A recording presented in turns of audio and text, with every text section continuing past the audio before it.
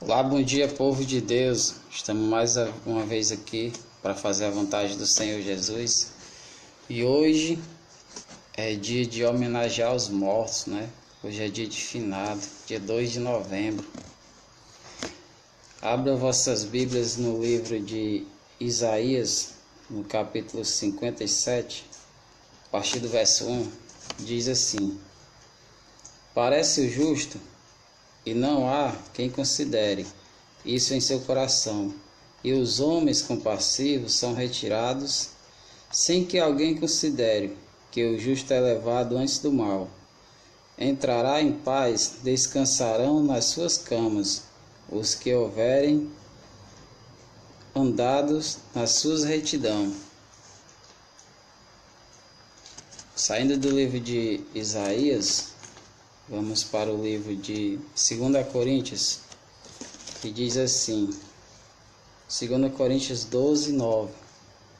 E disse-me, a minha graça te basta, porque o meu poder se aperfeiçoa na fraqueza. De boa vontade, pois me gloriarei nas minhas fraquezas, para que em mim habite o meu poder de Cristo. Pelo que sinto prazer nas fraquezas, nas injúrias, nas necessidades, nas perseguições, nas angústias, por amor de Cristo. Porque quando estou fraco, então estou forte. Amados irmãos, essa passagem bíblica muito importante, que fala a respeito depois da morte. O que eu entendo que é a morte? A morte significa o fim da matéria, o fim da nossa vida nessa terra, terra de angústia, de sofrimento, terra onde vive a carne. E a maioria das vezes a gente só homenageia uma pessoa depois que ela morre, depois que ela parte, depois que ela já não se encontra no nosso meio. E a gente tem esse hábito, essa mania. Só que, segundo a Bíblia, nós temos que nos homenagear enquanto ainda há vida. Enquanto há vida, há esperança. Mas a morte em si, ela significa que a carne acabou. Os desejos da carne acabou. Não existe mais. Mas segundo o Senhor Jesus Cristo, quando encontramos a morte, encontramos também a vida eterna. Mas para a gente alcançar a vida eterna, vai depender do que nós fizemos nesse mundo. Se praticamos boas obras, alcançaremos a vida eterna. Se não, a nossa alma será lançada no lago do tormento, no lago de fogo. E a maioria das vezes é triste quando você vê uma pessoa se entregar aos bens materiais, quando você vê uma pessoa dedicar a sua vida àquilo que aos olhos de Deus não tem muita importância. E a Bíblia ela relata aqui no livro de João, no 11, a partir do verso 39, a respeito da ressurreição de Lázaro. Diz assim a palavra do Senhor: Disse Jesus, tirai a pedra. Marta, irmã do defunto, disse, Senhor, cheira mal, porque já está de 4 dias. Disse-lhe Jesus, não te hei dito que, se creres, verá a glória de Deus? Tiraram, pois, a pedra, e Jesus, levantando os olhos para o céu, disse, Pai, graça te dou, porque há de veres ouvido. Eu bem sei que sempre me ouves, mas eu disse isso por causa da multidão que está em redor, para que crerem que tu me enviaste. E tendo dito isso, clamou com grande voz, Lázaro, vem para fora. E o defunto saiu, tendo as suas mãos e os pés ligados com faixas, e o rosto envolto no lençol.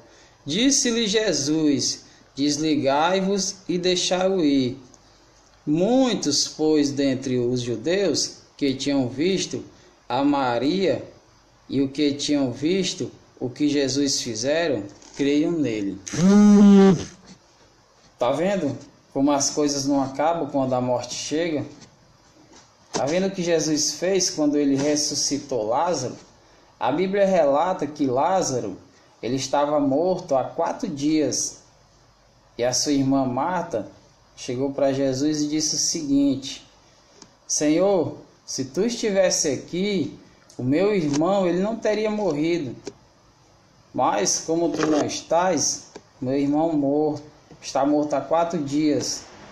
Jesus disse: teu irmão não está morto, eu vou ressuscitá-lo.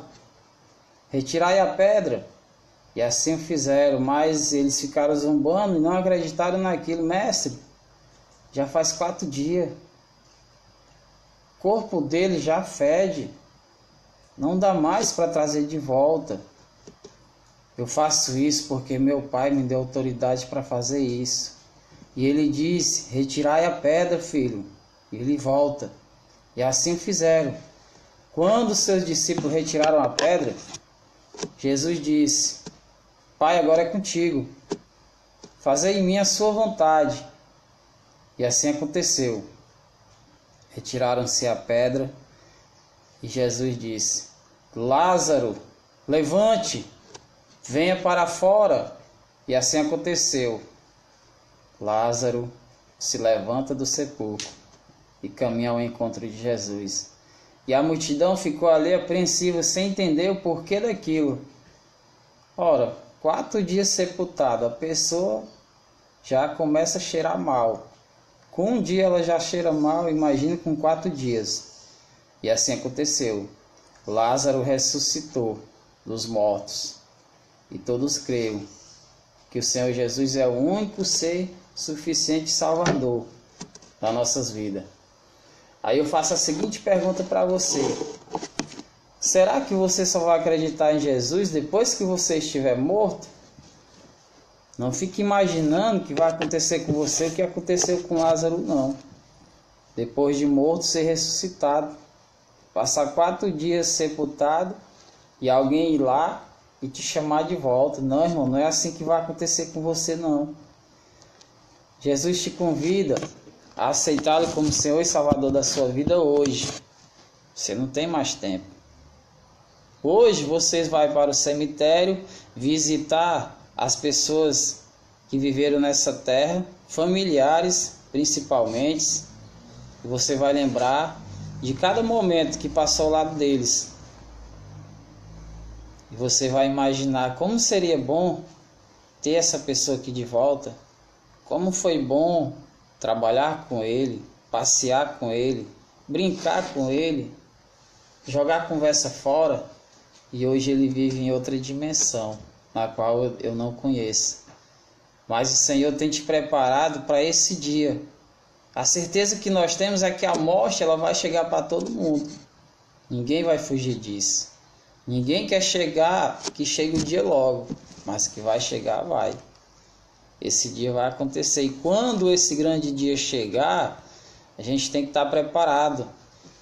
Não carnalmente, mas espiritualmente. Porque depois da morte, se as tuas obras foram más, aí começa o teu tormento. Mas se as tuas obras foram boas, aí começa a sua alegria maior. Porque Deus vai te arrebatar para o jardim das maravilhas. Deus vai te arrebatar para um céu, para uma vida de eternidade, na qual você desconhece. Mas o seu coração é quem vai determinar qual dos 2 lugares você vai partir. Se tu tem feito boas obras, se tu tem amado teu irmão assim como o Senhor Jesus nos amou, se tu tem ajudado ao próximo, se tu tem amado ao próximo como a ti mesmo, feito a vontade de Deus aqui na terra, não te preocupes, irmão. Continua fazendo, que o dia do teu juízo final, quando ele chegar, você vai partir para um lugar bom. Lá só existe paz. Lá não existe ódio, não existe angústia, não existe tristeza, não existe perseguição, não existe desânimo, depressão, coisas ruins, desejo carnal. Isso tudo vai ficar aqui. Isso tudo acaba aqui, no sepulcro, no dia da tua morte. Mas Deus te convida a ser uma pessoa livre, a ser uma pessoa liberta, a ser uma ótima pessoa. Porque se você fizer boas obras, Deus vai fazer com que você pratique boas obras. Se você fizer maus obras, Deus não vai te abençoar não, irmão. Deus não vai nem te receber no dia da tua morte. E o que vai acontecer com você, só Ele sabe. Mas você tem que se preparar aqui na terra. Levar o Evangelho a toda criatura. Pregar aquilo que Cristo nos ensinou. Talvez você hoje esteja triste porque aquele seu ente querido não vive mais no seu meio. Talvez hoje você esteja triste porque está desempregado. Ou talvez esteja triste simplesmente porque alguém não fala mais com você. Alguém se intrigou de você e você desconhece o motivo. Mas eu te convido ao arrependimento. Arrependei-vos enquanto ainda é tempo, porque depois já não há mais tempo. Quantos e quantos de nós pensamos em visitar uma pessoa que ainda está em vida e a gente fica adiando os dias e os dias vão passando? Eu vou hoje visitar minha mãe, meu pai, meu amigo. Não deu certo, eu vou amanhã. E no dia que você resolve ir, é tarde demais. A pessoa já não está aqui no nosso meio. Quantos de nós já passamos por isso? Esse dia de hoje me lembra o dia que meu avô partiu, com seus 98 anos de idade. E eu ainda tive a felicidade de vê-lo em vida, no último dia, mesmo vendo ele lutando pela vida. E eu fui visitá-lo, ele às 3 horas da tarde, quando foi às 8 horas da noite, eu recebi a notícia que ele partiu para a glória, né? Já não se encontrava entre nós. Certo dia, um homem que tinha uma amizade enorme com seu companheiro, né, de trabalho, tinha um desejo enorme de visitá-lo. Os dois moravam em cidade distante e sempre se comunicavam. E ele dizia assim: mulher, hoje eu vou visitar meu amigo. Vamos colocar o nome de um de João e o outro de Pedro. E o João queria ir visitar Pedro, mas nunca dava certo, sempre adiava. Hoje eu vou visitar Pedro, hoje vai dar certo. Passava-se o dia inteiro e não deu certo, então ele ligava para ele e dizia: Pedro, amanhã vai dar certo, vou te visitar. E os dias foram passando e essa situação foi aumentando e nada dos dois se verem. Quando foi um dia, um mês depois, João disse o seguinte para a esposa: olha, amor, hoje aconteça o que acontecer, a prioridade vai ser visitar meu amigo, porque Deus está tocando no meu coração para mim ir lá falar com ele. Quando chega o dia, amanhece o dia, ele compra passagem. Pedro morava em outro estado. Exemplo, se João morasse aqui no Ceará, Pedro morava no Rio de Janeiro. Então João decidiu ir. Mas antes de ir, ele resolveu avisar. Quando João liga para Pedro, a esposa de Pedro, em lágrima, atende o celular e diz: oi, João. Oi, tudo bom? Eu queria falar com Pedro, hoje eu resolvi visitá-lo. E a esposa do Pedro diz o seguinte: João, infelizmente, ontem à noite, Pedro partiu, não se encontra mais entre nós. Pedro passa por um acidente grave e infelizmente veio a óbito. E nesse exato momento estamos aqui no seu velório, no seu sepultamento. E aí João entra em lágrimas, né? Porque passou o mês todo dizendo que ia visitar o amigo e nunca foi. E o que acontece é o seguinte: moral da história: nunca deixe para fazer amanhã o que você pode fazer hoje. Nunca pense no dia de amanhã não, irmão. Pense no hoje. O hoje é o grande dia. O hoje chegou. Acorde, levante, viva o seu hoje. Esqueça o que passou, passou, não volta mais. Se foi coisas ruins, deixa lá para trás. Se foi coisas boas, leva nas lembranças. Mas não se preocupa com o dia de amanhã, porque a Bíblia ela relata, ela é muito clara. Não vos preocupeis com o dia de amanhã, desde que o dia de amanhã se carregue de si mesmo. Pense no hoje. O dia é hoje, o foco da sua vida é hoje. As coisas boas têm que ser realizadas hoje. É hoje que você tem que sair e ir atrás do seu emprego, você que está desempregado. É hoje que você tem que ir pedir desculpa àquela pessoa que te ofendeu, ou se você ofendeu ela. É hoje que Deus te chama ao arrependimento, é hoje que Deus te chama ao perdão. Vamos continuar aqui um pouco da leitura de Deus, da palavra de Deus, no livro de Mateus, capítulo 5.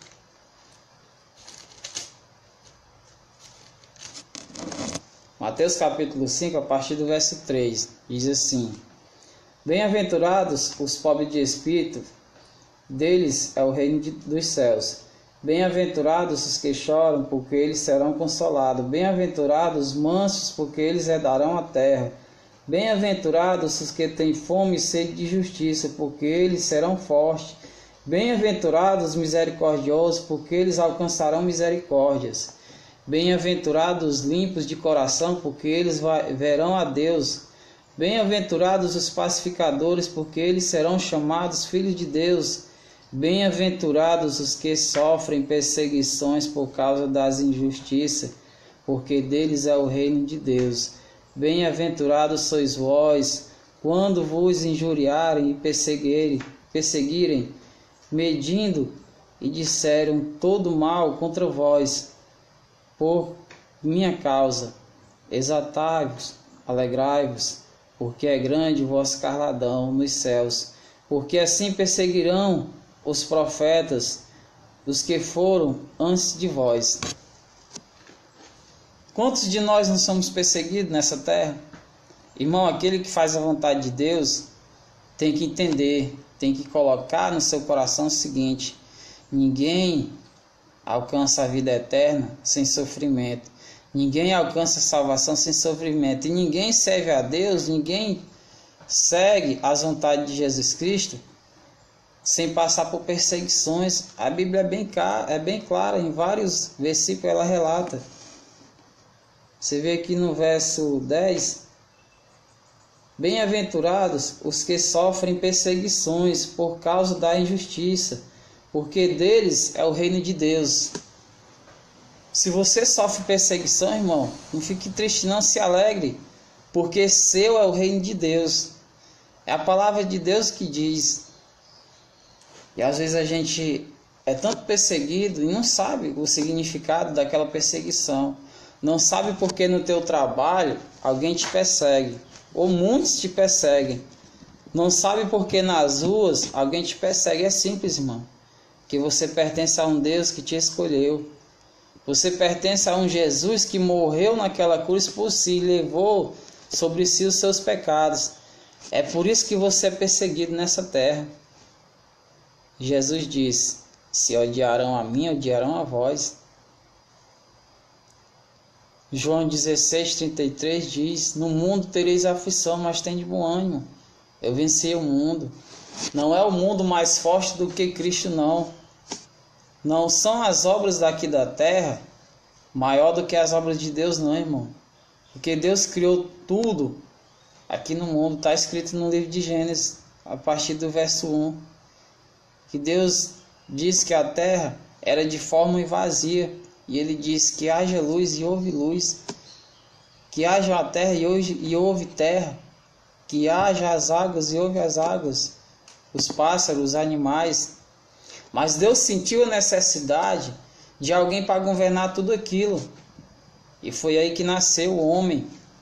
Foi aí que veio Adão, o primeiro homem da humanidade. Depois veio Eva, retirada de sua costela. E Deus fez um paraíso enorme chamado Jardim do Éden e deu a eles para administrarem. Mas Satanás, no momento que viu aquilo, aquela coisa tão linda, já quis intervir e interviu. Fez com que a serpente fosse lá tentar aquele primeiro casal. E Deus diz: de tudo que existe no jardim do Éden, podereis provar. Tudo que tem aqui é teu, Adão. Porém, a árvore da vida, o fruto sagrado, a maçã, tu não poderás comer. Mas o ser humano é curioso, né? A gente sabe muito bem disso. O ser humano, além de curioso, é teimoso.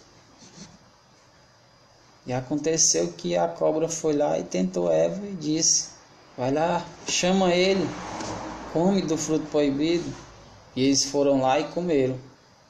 Por isso que hoje você conhece a nudez do seu corpo. Por isso que hoje você conhece o pecado da sua carne, por falta da desobediência de Adão e Eva. E eles, quando o Senhor Jesus, o Deus Todo-Poderoso, quando ele soube daquilo, porque na verdade ele já sabia que iria acontecer aquilo, ele só fez o teste. Mas quando aconteceu, que eles comeram de um fruto proibido, e Deus disse que não era para eles fazer isso, eles se atormentaram, começaram a correr de um lado para o outro, porque Deus, ele ficou com a ira enorme e procurou eles, perguntando por que eles desobedeceram à voz de Deus, se não era para eles fazer aquilo. E eles, atormentados, corriam para um lado e para o outro, sem saber para onde ir. E a maioria das vezes isso acontece com a gente. Às vezes um pai guarda uma coisa importante e diz: filho, não mexa. Não mexa porque isso aqui você não pode mexer, isso é meu. Quando o pai retorna para casa, o filho, curioso, né? Ser humano curioso, como sempre, vai lá e mexe. Aí fica sem saber o que fazer, com medo do que seu pai pode fazer com ele. Da mesma forma aconteceu no jardim do Éden. Deus disse que não mexesse, eles foram lá e mexeram. Aí nasceu a primeira desobediência do mundo, Adão e Eva. O primeiro casal, os primeiros seres humanos. E nós somos filhos de Adão e Eva. Nós viemos dessa descendência de Adão e Eva, de Noé, de Jacó, de Moisés. Nós somos descendentes das primeiras civilizações do mundo. E assim como eles são desobedientes, nós também somos. Conhecereis a verdade vos libertará. Nós conhecemos a palavra de Deus, mas nós não a praticamos. Nós sabemos tudo aquilo que Jesus falou quando ele estava nessa terra, mas a gente desobedece. A gente não tem nem o hábito de ler a Bíblia, quanto mais colocar em prática. Quantos e quantos pregam a palavra de Deus livremente, mas você não dá ouvido nenhum? Deus te convida a isso. Deus te convida não só a conhecer as Escrituras, mas a obedecê-las.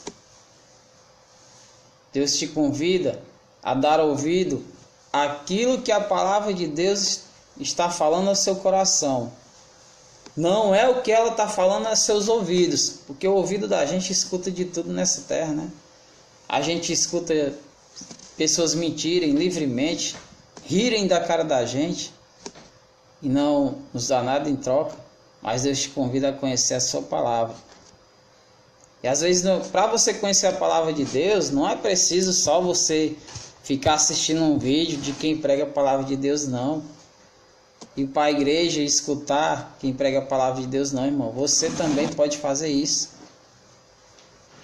A maioria das vezes, quando a gente está gravando uma live, eu ou qualquer outro irmão está gravando uma live, acontece o seguinte: muitos escrevem embaixo: irmão, ore por mim. Eu estou passando por luta, eu estou passando por tribulação. Irmão, não precisa tu fazer isso não, tu está expondo tua vida. As outras pessoas que estão vendo o vídeo, elas vão às vezes te julgar pelo que tu está escrevendo.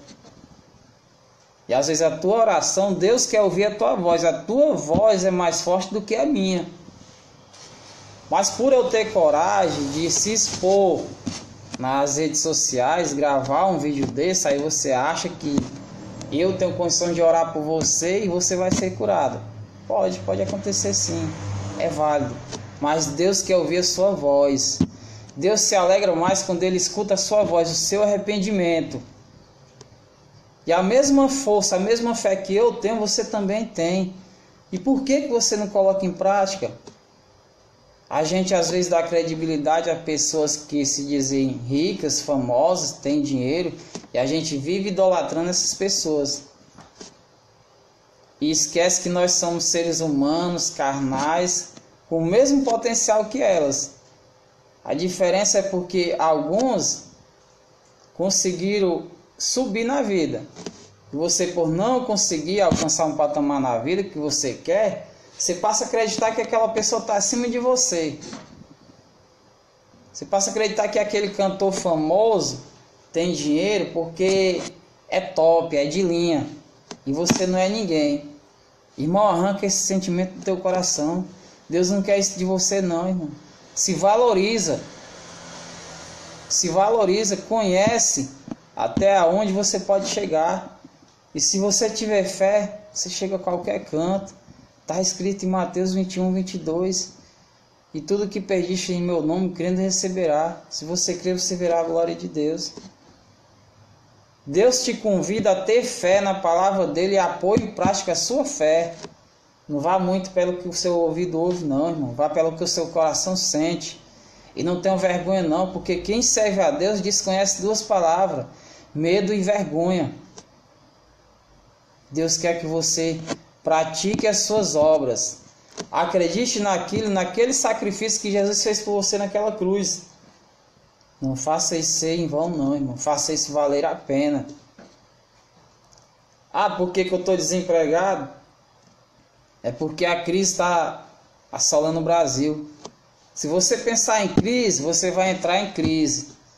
Se você achar que está desempregado porque não tem capacidade, você vai viver desempregado sem capacidade. Deus quer que você pense dessa forma. A crise existe lá fora. Não foi você que colocou a crise no Brasil, não, irmão. Foi a corrupção. E a corrupção ela está só no meio da política, não. Ela está dentro do ser humano. Está escrito no livro de Gênesis, capítulo 6. É só você ler e examinar. Isso vem de longe, vem de muitos anos atrás. Vem de milhões de anos.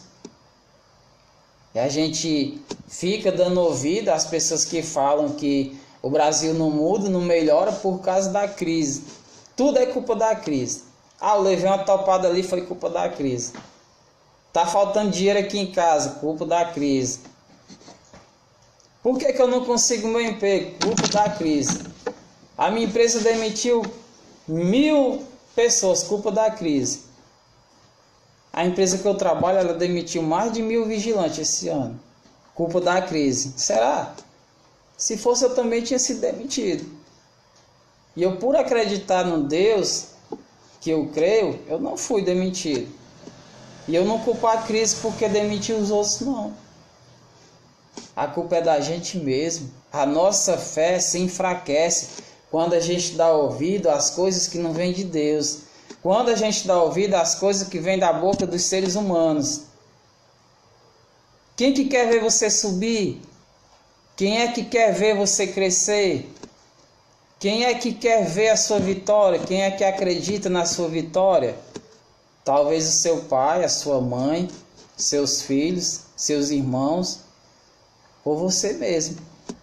Será que o teu vizinho vai querer que tu consiga comprar um carro do ano?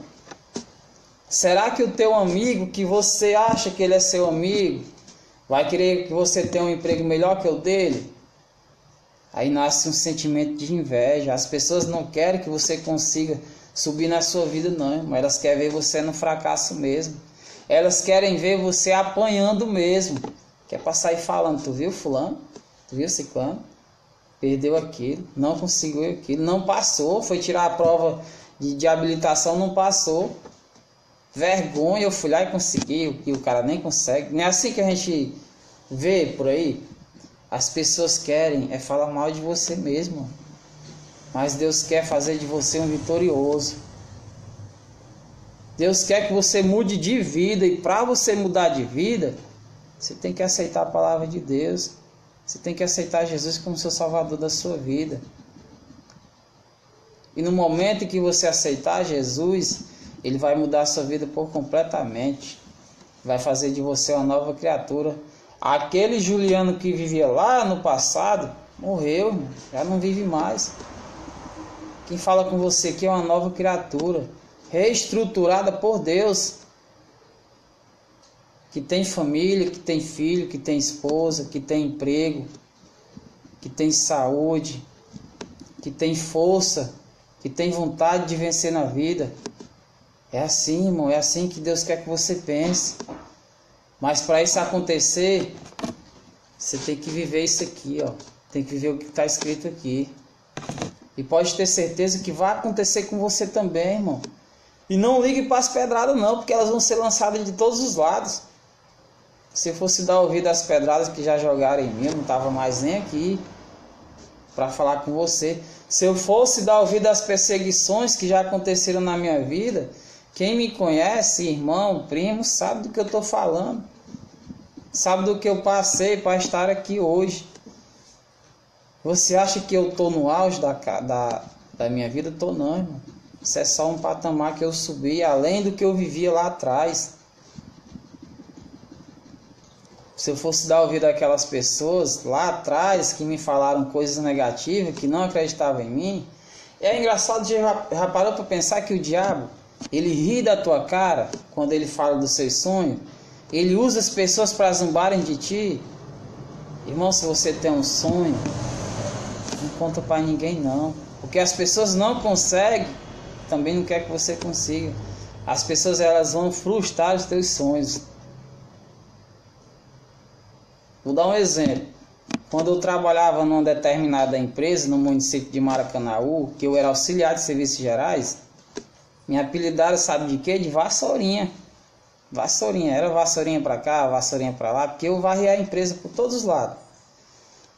E às vezes quando eu ia passar o pano no chão, meus colegas, eles começavam a pisar no chão e diziam, faça isso não, eu estou trabalhando. E eles começavam a rir da minha cara. Foi quando passou um vigilante na minha frente e Deus profetizou, filho, eu vou te entregar uma farda daquela. Esse cabo de vassoura aí que tu segura, vou te dar um cabo de uma arma para tu segurar. E quando eu comecei a falar aquilo para as pessoas que zombavam de mim, eu disse, ora, eu vou deixar de ser auxiliar de serviços gerais, vou deixar de estar varrendo o chão que vocês pisam, vou ser vigilante. Aí o diabo, usando a mente deles, riam da minha cara dizendo assim, você, vigilante, da onde? Tem capacidade não, não tem estudo não para isso não. Passou-se um mês, pedi para que fosse colocado no corte daquela fábrica, fui colocado no corte, saí de auxiliar de serviços gerais e fui em busca do meu sonho. Fiz o curso de vigilante, passei um mês, sabe o que é um mês desempregado? O meu seguro era para me receber no dia 18 de setembro. E no dia 15 eu comecei a fazer seleção para vigilante, na empresa que eu trabalho hoje. E eu passei na seleção. No dia 19 eu comecei a ser vigilante. Se eu tivesse dado ouvido às pessoas que diziam que eu não conseguiria, o meu sonho tinha morrido lá, tinha sido frustrado lá. E hoje vai fazer 5 anos que eu trabalho como vigilante. E as pessoas que lá atrás, que me apelidavam disso, daquilo, hoje me chamam de Juliano. Acabou aquele apelido que me chamava. E o mais curioso é que quando eu iniciei o curso, eu me acidentei, cheguei a quebrar o pé. O diabo é tão sujo que ele me acidentou de moto. Nunca tinha caído de moto. Nesse dia eu caí. E tinha prova do curso. Faltei a prova. No dia seguinte eu fui. Todo rasgado. Calça rasgada, sapato rasgado. Pé quebrado. Relado. Cheguei lá e fui pro curso. Lá no SEMAC, aqui na Barra do Ceará. E o rapaz disse que não tinha condições de eu assistir a aula, daquela condições. Eu disse, não, deixa eu ficar aqui. E fiquei lá, sentindo dor e tudo mais. E eu concluí meu curso. E me tornei vigilante, porque eu acreditei naquilo. Mas para mim ainda não é o auge. Deus ainda quer coisa maior para mim do que o que eu faço hoje. Graças a Deus hoje tenho um bom emprego. Trabalho em um canto que as pessoas me respeitam. Ninguém zomba da minha cara como zombava lá de auxiliar de serviços gerais. Hoje eu tenho respeito dos meus colegas de trabalho. E é assim que Deus quer fazer com você, irmão. Essas coisas têm que ser contadas mesmo, que é para servir de exemplo para você, que se acha incapaz de realizar seus sonhos. Mas se você tem um sonho, não conte para ninguém. Quiser contar para sua mãe, para o seu pai, para os seus irmãos, aí pode. Mas para as pessoas de fora, principalmente para aquela que você diz que é seu melhor amigo, não conte. Que não vai acontecer não. Você tem que acreditar naquilo que Deus quer que você acredite. E vai em frente, vai em busca do teu sonho. Mas lembre-se, aquela cruz que o Senhor Jesus carregou, levou sobre seus ombros, sendo pisado, sendo humilhado, sendo chicoteado, sendo cuspido, prego nas mãos, prego nos pés. Irmão, quando tu passar por alguma dificuldade que tu achar que é impossível tu vencer, lembra daquele homem pregado naquela cruz. Lembra do sofrimento que ele passou e ele curou, salvou e libertou, mas mesmo assim foi crucificado. Quando você passar por perseguição, passe pela prova dando risada, porque isso não é nem um terço comparado ao que ele passou por você. Acredite nos seus sonhos, mas não conte para ninguém. Deus te convida a isso, a viver a palavra de Deus, mas não vá muito pelo que você escuta não. Se você não tem Bíblia, compre uma Bíblia. Você não compra um celular que é mais caro? Você não passa o dia todinho nas redes sociais, jogando conversa fora, olhando vídeo sem futuro nenhum? Compre uma Bíblia. Tire pelo menos 15 minutos do seu tempo. Leia 2 versículos por dia. Não precisa ler ela toda não, porque aí você não vai entender nada. Porque tem coisa aqui na Bíblia que Deus só te dá sabedoria se você pedir a Ele para entender. 2 versículos por dia é o suficiente. Aí você vai conhecer a criação do mundo, Jardim do Éden, Arca de Noé, José do Egito, Esther, rainha da Pérsia, a vida de Jó. Você vai conhecer a vida de todos os apóstolos, mas o principal de todos, a história de Jesus Cristo, que se inicia no livro de Mateus, a partir do verso 1, quando fala do seu nascimento, quando fala que a Virgem Maria deu à luz ao Filho de Deus. Eu te convido a isso. Se tudo que você viveu até hoje não deu certo, deixa para trás. Deus quer fazer de você uma nova criatura, mas você tem que se permitir ser renovado. Recomece sua vida a partir de hoje. Não dê ouvido a ninguém que fale coisas negativas de você, não. Seleciona tuas amizades. Quem está contigo, está contigo. Quem quer seu crescimento, está contigo. Quem não quer, deixa para trás. O lugar que Deus quer te levar, não são todos que estão à sua volta que pode chegar lá, não, irmão. Às vezes Deus quer te tirar de uma cidade para levar para outras. Às vezes você não dá certo nessa cidade, Deus quer te mostrar uma nova. Deus quer te mostrar novas amizades, pessoas que vão te incentivar, pessoas que vão fazer de você grande. E quando você conseguir, que voltar lá para trás, para as tuas origens, porque a palavra de Deus diz que a gente nunca deve esquecer nossas origens, não. Aquelas pessoas que não colocavam fé em você, que não depositavam uma esperança sequer em você, vai olhar para você e vai ver, rapaz, você está mudado, você está diferente. O que aconteceu? Aí você diz, Jesus entrou na minha vida e mudou por completo. Eu sou totalmente diferente. Espero que você tenha gostado da lição de hoje. Se você gostou, põe em prática. Não deixe com que essas palavras que você acabou de ouvir seja só da boca para fora não, mas deixe elas gravadas no seu coração. Tenham todos um bom dia, amém. A paz do Senhor e graças a Deus. Bom dia.